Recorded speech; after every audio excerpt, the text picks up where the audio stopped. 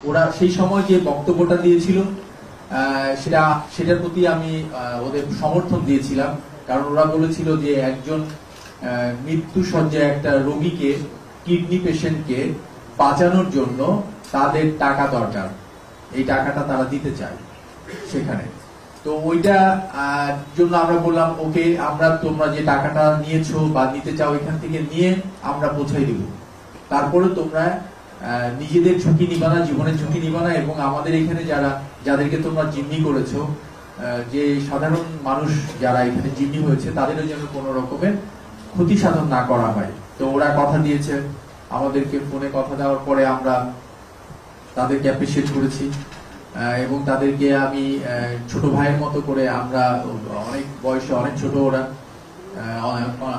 আমাদের সন্তানদের মতো, তো আমরা ছোট ভাই বলে, সন্তান বলে তাদেরকে বারবার বুঝিয়েছি যে তোমাদের এখানে কোনো, তাহলে আমরা দেখছি না যে তোমরা কোনো দোষ করছো, ঠিক আছে, তোমাদের টাকার প্রয়োজন, তোমরা দিচ্ছ, আমরা তোমাদেরকে নিয়ে এই অনেক ধরনের পলিসি যেগুলো আমরা নিই সাধারণত ক্রাইম জবে, ক্রাইম ম্যানেজমেন্টে, সেইভাবে আমরা কথা বলে তাদেরকে ফাইনালি আমরা কনভিন্স করতে পেরেছি।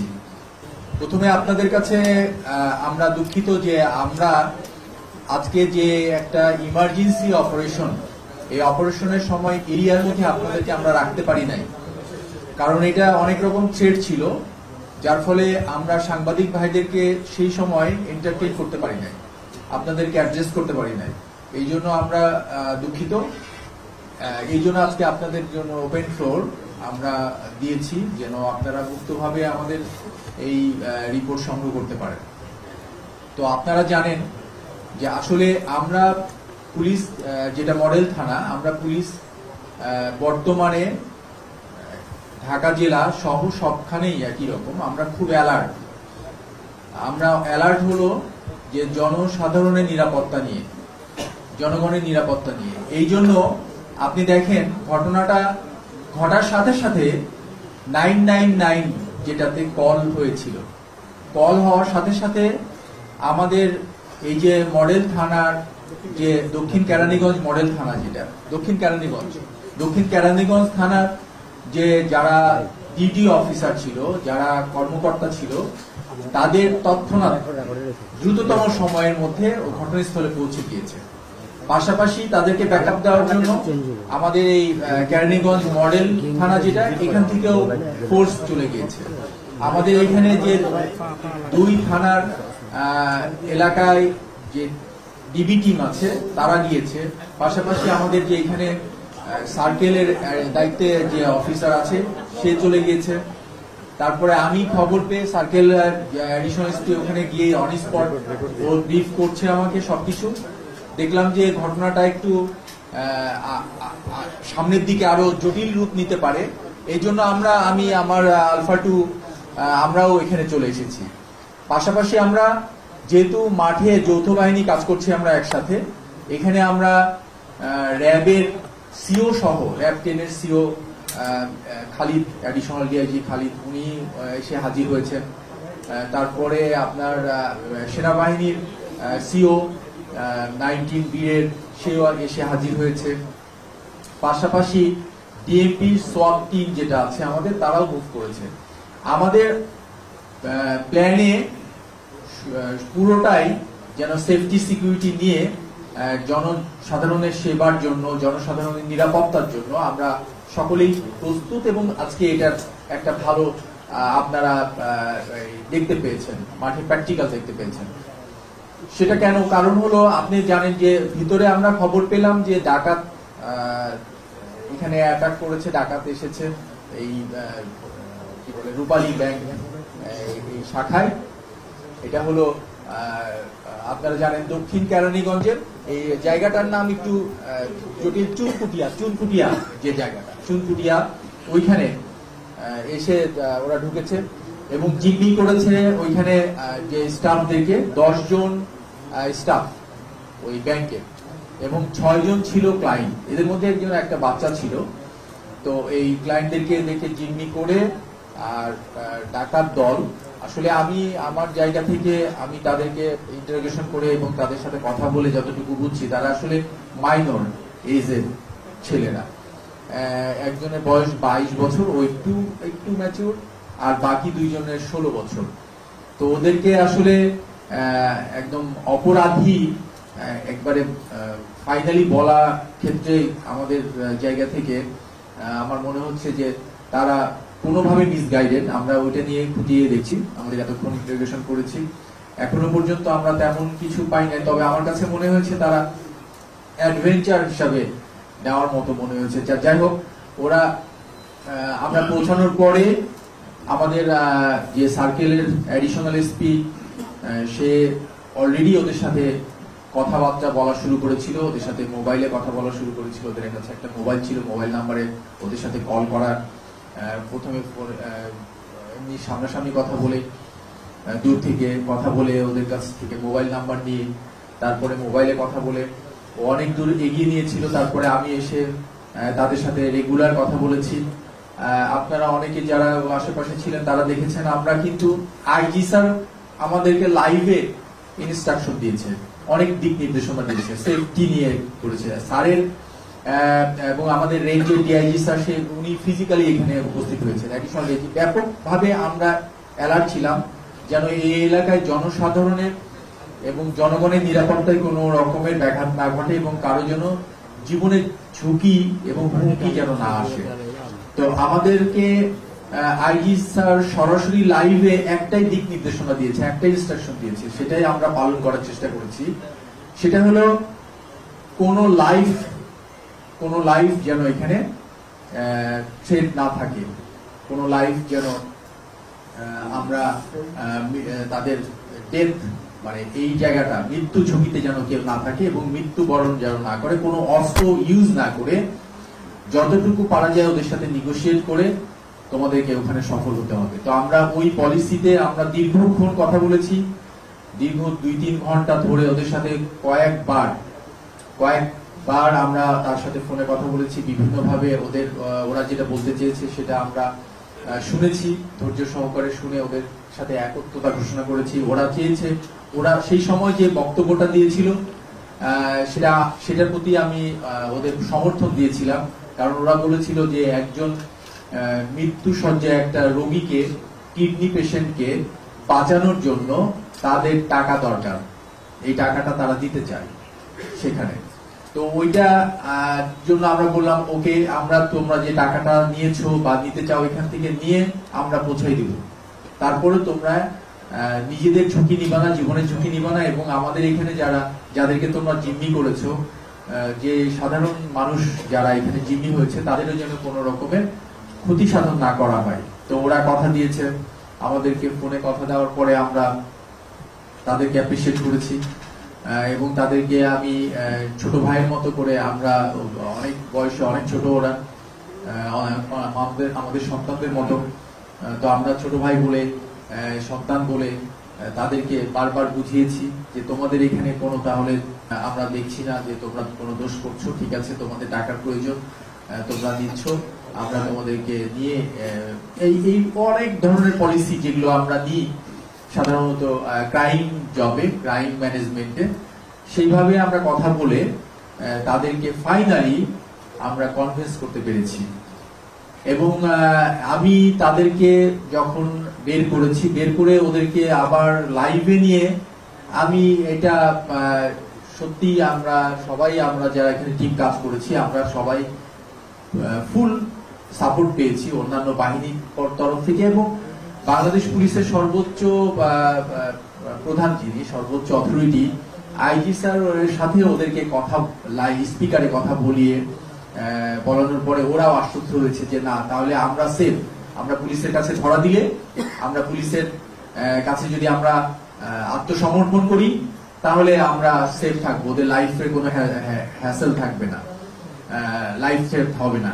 এই জন্য তারা কিন্তু আমাদের কাছে ওরা আত্মসমর্পণ করে। তারা অস্ত্রগুলো, আমি বলেছি আগে তোমরা আগে অস্ত্রটা দিয়ে দিবা, তারপরে তোমরা তোমাদের টাকা নিয়ে তোমরা বের হয়ে আসবা, আমরা তোমাদেরকে সম্পূর্ণ সেফটি সিকিউরিটি সব দিয়ে আমরা ওদেরকে গাড়িতে করে নিয়ে এসে আমরা এতক্ষণ ধরে আপনাদেরকে একটু সময় লাগলো, কারণ তাদের অনেক কিছু জিজ্ঞাসাবাদ করেছি। জিজ্ঞাসাবাদ করে আমরা আমাদের কাছে এই পর্যন্ত এখন যতক্ষণ ওদের সাথে কথা বললাম তাতে মনে হয়েছে ওরা বিভিন্ন মুভি টুভি এই সমস্ত দেখা বা ভিডিও টিডিও দেখা এগুলোর উপরে ভিত্তি করে ওরা একটা অ্যাডভেঞ্চার হিসাবে দিতে গিয়েছে। তো তারপরে আমরা বলেছি যে তারা টাকাটা তোমরা কি করতে চাও, ওইখানে বলেছিল যে তারা পেশেন্টকে দিতে চায়, কিন্তু আমরা এখনো পর্যন্ত পেশেন্টের যে নাম দিয়েছে, তার ঠিকানা দিয়েছে, এগুলো ব্যাপারগুলো আমরা যাচাই বাছাই করছি। এখনো আমরা কনক্রিট ওইটার সিদ্ধান্ত নিতে পারছি না যেটা আসলে ওদের মোটিভটা এটাই ছিল কিনা। পাশাপাশি ওদের কেউ কেউ বলছে আমরা উদ্ধার করেছি ওখানে যেটা 18 লক্ষ টাকা ওদের ব্যাংক থেকে। তো এই 18 লক্ষ টাকার মধ্যে ওরা আবার কেউ কেউ বলছে যে মোবাইল ওদের পছন্দ, আইফোন পছন্দ, তো আইফোন কেনার একটা কথা বলছে। তো এই পর্যন্ত আরো বাকিগুলো আমাদের ইনভেস্টিগেশনের ইস্যু আছে। ইনভেস্টিগেশন গুলো হলে তারপরে আমরা এগুলো আইনগত প্রক্রিয়া আছে, প্রক্রিয়াতে থাকবে। আর আমাদের যেগুলো আলামত বলে, যেটা আমরা যে ওখান থেকে যেগুলো উদ্ধার করেছি সেগুলো আপনাদেরকে অলরেডি উপস্থাপন করেছি, আপনারা দেখেছেন।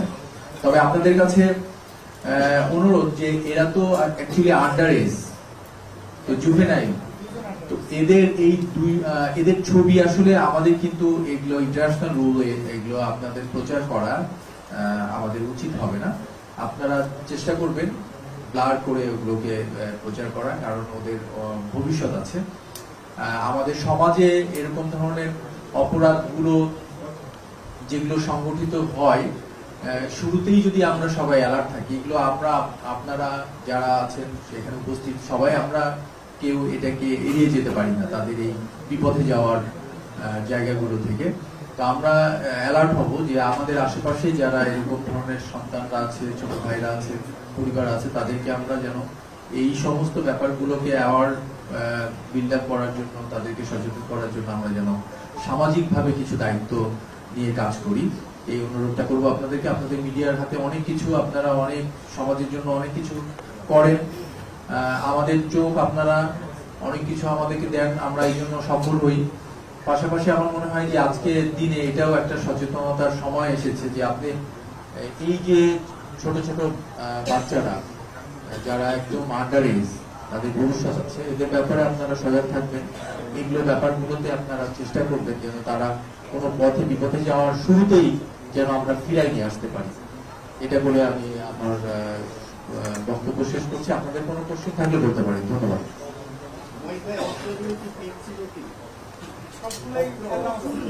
ও আচ্ছা, আমাদের যে অস্ত্রগুলো, এটা আসলে প্রত্যেকটা অস্ত্রই ছিল হলো খেলনা অস্ত্র, টয়, যেগুলো এটা চারটা পিস্তল, তিনটা প্লাস্টিক আর একটা অ্যাকচুয়ালি লাইটার টাইপের যে পিস্তল, একটু ওয়েট। তবে দেখা মানে সেই সময় যেগুলো দেখলে মনে হবে যেগুলো আসলে অরিজিনাল অস্ত্র, এটা তো দেখেছে। আর যেগুলো দুইটা নাইফ ছিল, বড় ছুরি, এগুলো ওরা নতুন কিনে ওরা এটা নিয়ে গিয়েছে। তো আসলে ওরা তো আটকে গিয়েছে, ভিতরে গিয়ে লোকজন চিৎকার দিয়েছে, তখন ওরা আটকে গেছে, তারপরে ওরা মানে আর বের হতে পারে না।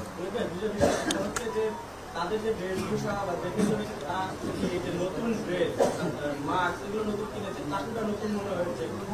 আর এটা থেকে বলবো যে তারা আসলে কোথা থেকে কিনেছে, অস্ত্র খেলনাগুলা কোথা থেকে সংগ্রহ করেছে। আরেকটা বিষয় হচ্ছে তাদের আবার তারা কোথায় থাকে, এই এলাকার স্থানীয় কিনা না দূরে কোথা থেকে, তাদের পেশা কি, তারা ছাত্রীগণ নাকি তাদের তিনজনের পেশাটা কি আছে। আমি একটু এটার সাথে অ্যাড করতে চাই। আমার নাম সাইরাস। আমি একটু এটার সাথে অ্যাড করতে চাই যে ব্যাংকের নিরাপত্তা ব্যবস্থাটা আসলে কিরকম ছিল। যেটা বলেছেন সেটা আমি বলি। প্রথমত যে কোনো কিছু তো আসলে এরকম একটা অপারেশন, ওদের কাছে তো এটা একটা অপারেশন, তো এরকম একটা ঘটনায় ঘটাতে গিয়ে তার আগে তো একটা পরিকল্পনা তো অবশ্যই ছিল। তো আমাদের প্রাথমিক জিজ্ঞাসাবাদ যেটা আমরা করেছি, খুব অল্প সময়, আপনারা দাঁড়িয়ে আছেন অনেকক্ষণ ধরে, আমরা সময় কমের মধ্যে যতটুকু জিজ্ঞাসাবাদ করেছি তাতে যেটা পেয়েছি সেটা তাদের একটা প্ল্যান করেছিল।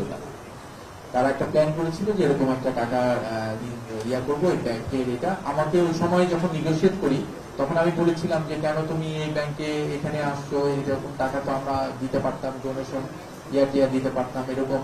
তো বলছে না, এই ব্যাংকের কর্মকর্তারা সবাই হলো দুর্নীতিবাজ। হ্যাঁ, এই দুর্নীতিবাজ ব্যাংকের কর্মকর্তা, এরা হলো ব্যাংকে সব ইয়া করে, মানে এটা ওদের একটা ভাষ্য ছিল। তো ওরা একটা পরিকল্পনা নিয়েছিল, এটা ঠিক। আর পাশাপাশি ওরা যেটা কিনেছে, ওরা তিনজনেই একই রকমের ড্রেস, কাছাকাছি, এবং এটাও ওরা সংগ্রহ করেছে খুব অল্প সময়ের আগে সংগ্রহ করে ওগুলো কিনেছে, মাস্ক, ঠিক আছে। আর একটা হলো ওরা হ্যাঁ পড়াশোনা করে, ওরা পড়াশোনা করেছে, মাদ্রাসার ছাত্র। এখন পড়াশোনা করছে না। একজনের আবার ড্রাইভিং লাইসেন্স আছে, ও কিন্তু ড্রাইভার। ওরা এই এলাকাতেই থাকে। ওরা যে একজন 22 বছর, সে শহর এলাকায় ছিল, ওখানে একটু গাড়ি ড্রাইভিং করতো, প্রাইভেট কার চালাইতো। আর ওর হোম ডিস্ট্রিক্ট অ্যাকচুয়ালি গোপালগঞ্জ, আর কাশিয়ানিতে ওর হোম ডিস্ট্রিক্ট। আর বাকিগুলো দুজন এখানে লোকাল, আর দুজন এখানে লোকাল। আচ্ছা, আর একটা যে কোশ্চেনটা করেছেন সেটা হলো আসলে ব্যাংকের এটা একটা দেখার বিষয় আছে যে ব্যাংকের যে সিকিউরিটি, সেই সিকিউরিটি গার্ড কিন্তু অ্যাকচুয়ালি ওর সিটে ছিল না, ওর ডিউটিতে ছিল না, ও ওইখানে অ্যাবসেন্ট ছিল। তবে ওই সময় আরেকজন পিয়নকে ওরা ওইখানে বসিয়ে রেখেছে। তো সেই সময় ওইখানে বসানো ছিল, সে নিরস্ত্র, আর সিকিউরিটি ওখানে ছিল না, এটা একটা দিক। তো এরা যেহেতু আর্মস নিয়ে টিনেজ, ওরা ধরেছে, সাথে সাথে সবাই ভয় পেয়ে গিয়েছে এবং সবাইকে হেড ডাউন করতে বলছিল, হেড ডাউন করেছে। তারপরে ওরা যে অপারেশনটা সেটা করেছে। কিন্তু এটা ওরা আবার আমার সাথে যখন কথা হচ্ছিল, তার আগে ওরা কিছু টাকা মানে ব্যাগে যে নিয়েছিল, তারপরে যখন কথা হচ্ছিল ওদের প্রয়োজন হলো, বলছিল আমাদের প্রয়োজন হলো 15 লক্ষ টাকা। তো 15 লক্ষ টাকা ওরা পরে আসার সময় 15 লক্ষ টাকা পরে ওরা পকেটে নিয়েছে আরো 3 লাখ টাকা, তিনজনে 1 লাখ টাকা, 1 লাখ করে 3 লাখ টাকা। এই হলো 18 লক্ষ টাকা ওদের কাছ থেকে আমরা উদ্ধার করেছি। এই ধন্যবাদ।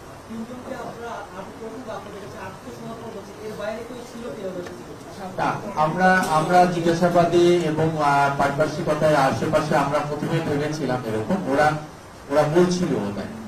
তো পরে আমরা এখানে জিজ্ঞাসা করলাম যে তোমরা তো বললা যে বাইরে তোমাদের লোক আছে, তো বললো যে না, এগুলো আপনাদেরকে ভয় দেখানোর জন্য বলেছি, যেন আপনারা এটা থাকে। তো আমরা আরো কিছু যাচাই বাছাইয়ের জন্য একটা মোবাইল আছে, ওটা নিয়ে আমরা আরো কিছু দূর আগাচ্ছি।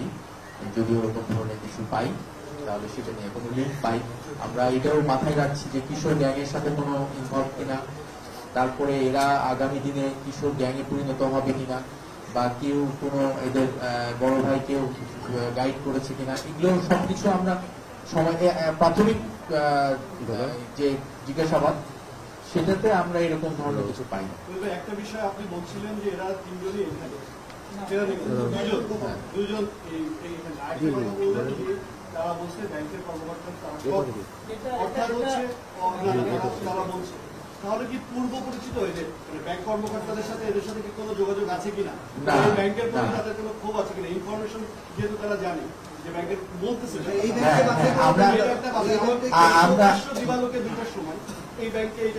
আমরা এই কোশ্চিনটা করেছি, আপনার মতো করেই।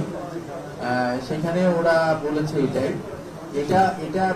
এটা তো ব্যাংকগুলোর অবস্থা বিগত 15 বছরের যে ট্রেন্ড বা আমরা যেটা দেখেছি, সব তো ব্যাংকের টাকায় তো সব আমাদের জনগণের টাকা হারিয়ে গেছে। এই পেপার পত্রিকা তো রেগুলার আসতেছে যে ব্যাংকগুলো লুট হয়ে গেছে। তো এটা একটা টিনেজ, ওরা তো এগুলো দেখে, ইউটিউবে দেখে, ওই ধারণা থেকে এটা বলছে আমার কাছে। আমরা জিজ্ঞাসাবাদে এটা জানা হয়েছে। আর দ্বিতীয়ত যেটা আপনি বলছেন যে এই ব্যাংকে টার্গেট করলো কেন, কারণ ওদের কাছাকাছি পায়ে হেঁটে ওরা ওয়াকিং ডিস্টেন্স, এই জন্য ওরা এটা করেছে। আর লাঞ্চের সময়টা বেছে নিয়েছে যে সময়টা ফাঁকা থাকবে, এইটা। আইনি ব্যবস্থা এটা কি ডাকাতি মামলা হবে? মামলাটা কি হবে? এইটা নিয়ে আমাদের আমি আপনাদেরকে প্রথমে বলেছি যে ওরা হলো আন্ডার এজ, তো ওদের ফিউচার, তারপরে সবকিছু আইনগত সবকিছু কোনটা সাপোর্ট করে, কিভাবে আমরা নিব, এগুলো একটু আমরা চিন্তা ভাবনা করে এক্স্যাক্টলি সবকিছু। হ্যাঁ, এনআইডি তো নাই, এক্স্যাক্টলি ওর তো এনআইডি নাই। হ্যাঁ, ওটা তো জুভেনাইল ডেলিকুয়েন্সি যেটা